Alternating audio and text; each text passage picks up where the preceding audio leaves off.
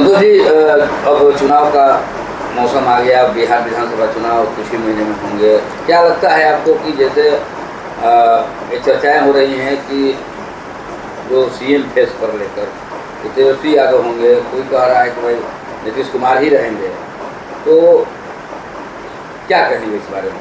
पहले तो आप अपना परिचय दीजिए। संतोष कुमार पांडे, भारतीय जनता पार्टी वरिष्ठ नेता के रूप में हूँ और पूर्व में चिकित्सा मंच के जिला अध्यक्ष के पद पर मैंने काम किया हूँ। क्या कहेंगे जिस तरह से जो चुनावी माहौल आ गया? देखिए, एक तरफ बढ़ता बिहार बढ़ता विकास के नाम पर बिहार की लोग मतदान करेंगे और दूसरे पक्ष से विपक्ष के लोग जो हैं, जो नक्सली हमला कराते थे, वैसे लोगों से बिहार में गठबंधन लोगों ने किया है। बिहार की जनता जानती है कि यही नक्सली 1990 से 2005 तक किसी न किसी ज़िला में नक्सली हमला करवाते थे। वैसे लोग आज आरा के सांसद हैं, कहीं काराकाट के विधायक हैं।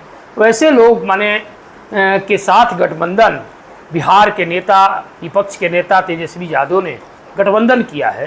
तो बिहार की जनता जानती है कि नक्सली के साथ नहीं जाना है, बिहार में बढ़ते विकास की ओर जाना है। तो बढ़ते विकास में माननीय नीतीश कुमार जी और भारतीय जनता पार्टी के नेता बिहार प्रदेश के अध्यक्ष दिलीप जायसवाल के नेतृत्व में चुनाव लड़ी जाएगी और निश्चित है कि हम लोग फिर से जो भारतीय जनता पार्टी ने मिशन तय किया है, एनडीए गठबंधन ने मिशन तय किया है कि 25 यानी 225, वह 225 की लकीर को हम लोग पास करेंगे। और जिस तरह से एक समय था कि 26 सीट पर यहीं पर सिमट कर रह गई थी तेजस्वी यादव की सरकार, और वह 26 सीट क्या 15 सीट बिहार में नहीं आएगी। क्या लगता है कि जिस तरह से जो भोजपुर जिले की अगर बात की जाए, आरा शहर की बात की जाए, तो एक चर्चा चली थी कि आरा में जो है अब की बार अमरिंदर प्रताप नहीं, अब की बार आरके सिंह ही, देखिए चर्चा थी। तो इस विकास के बारे में अगर बात की जाए तो क्या विकास? अगले चुनाव में भी लोग कह रहे थे कि आरके सिंह, माननीय सांसद आरके सिंह को चुनाव टिकट नहीं मिलेगा।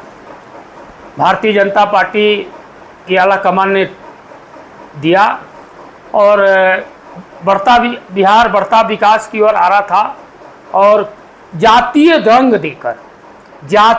देकर एक भावना उत्प्रेरित कर लोगों के बीच अगड़ी और पिछड़ी की राजनीति कर पूरे देश में भारतीय जनता पार्टी को चुनाव हराने में संविधान बचाओ यात्रा के तहत माननीय सांसद राहुल गांधी ने ऐसा काम किया, लोगों को दिग्भ्रमित किया।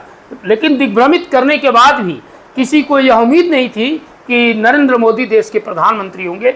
लेकिन देश के विपक्ष के लोग जो सत्ता हम लोग को गठबंधन में नहीं थे, वह लोग चाहते थे कि नरेंद्र मोदी के नेतृत्व में सरकार बने और नरेंद्र मोदी के नेतृत्व में आज सरकार चल रही है।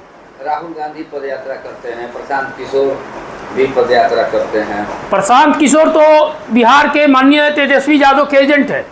जिस तरह से 1995 में, मैं किसी का नाम नहीं लेना चाहता हूं, लेकिन आप सभी जानते हैं कि 95 के चुनाव में भारतीय जनता पार्टी को अगर सत्ता से बाहर करने में किसी का हाथ था तो वह आपसे छिपा नहीं है।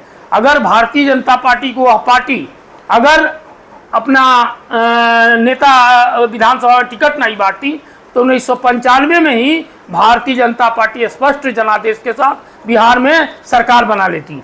उसी तरह से प्रशांत किशोर जी वह चाह रहे हैं कि भारतीय जनता पार्टी और एनडीए गठबंधन के वोटों को तोड़ दूं ताकि तेजस्वी यादव की सरकार बन जाए और मैं बिहार का डिप्टी सीएम बन जाऊं। उनका ये चालाकी और सोची समझी साजिश है।